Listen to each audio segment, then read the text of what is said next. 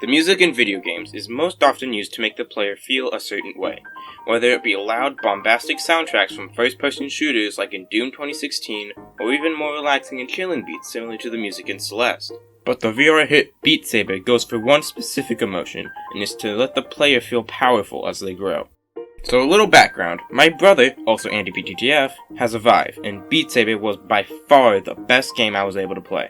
But that's the thing, when I was able to, because it was only hooked up wirelessly to his PC because we didn't think my PC could run it with my current graphics card. So while I was looking up new graphics cards I could get, I saw one guy using my current one with Steam VR and it was working just fine. So I asked Andy if we could link up the tether to my PC, and after we did, it worked perfectly for Beat Saber.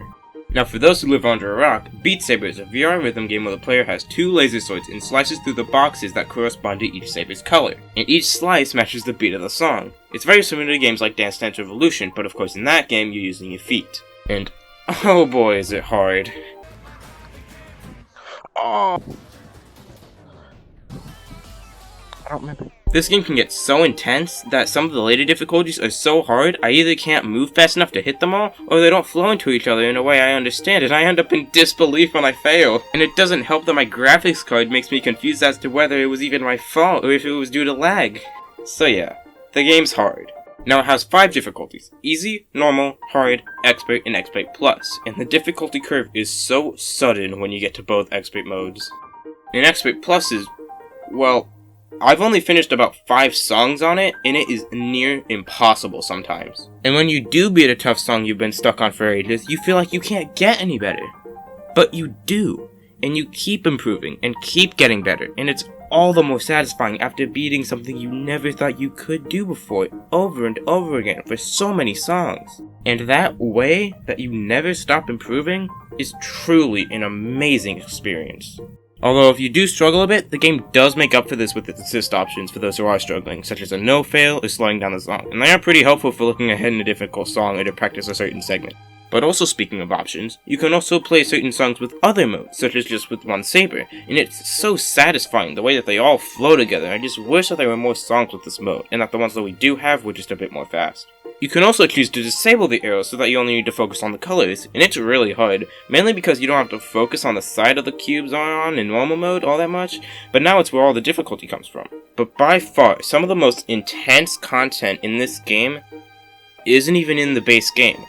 It's the community content. Now one of the best examples of this is Reality Check Through the Skull, one of the hardest community levels, and definitely the most infamous, and yeah, it's chaos. This, and many other songs, are just the tip of the iceberg when it comes to difficulty in this game.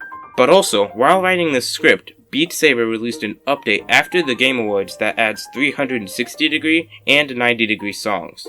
And this is huge, especially for the community. First off, the experience of slicing cubes all around you is so surreal and is very promising, especially for the custom levels. Just imagine rocking out to Megalovania while blocks fly towards you from opposite sides and you have to slice them Darth Maul style.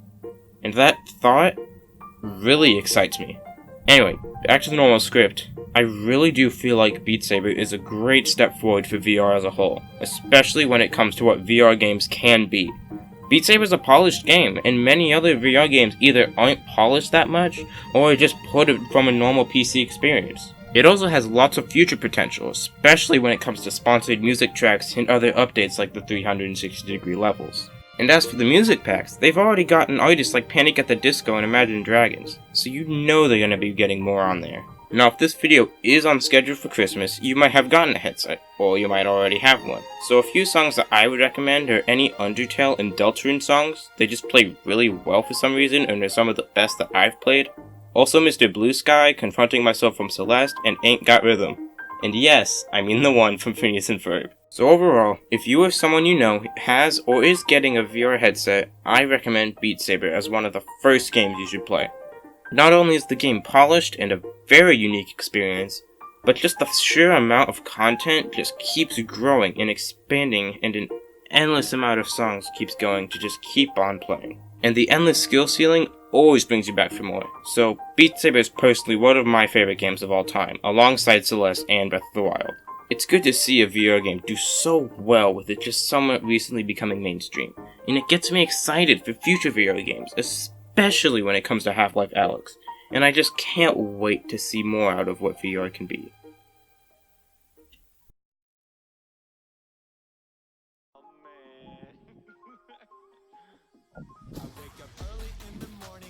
Stop, Andy, what the heck? Andy, I hate you. I'm putting that in my video. I'm getting footage. That's going in at my end card.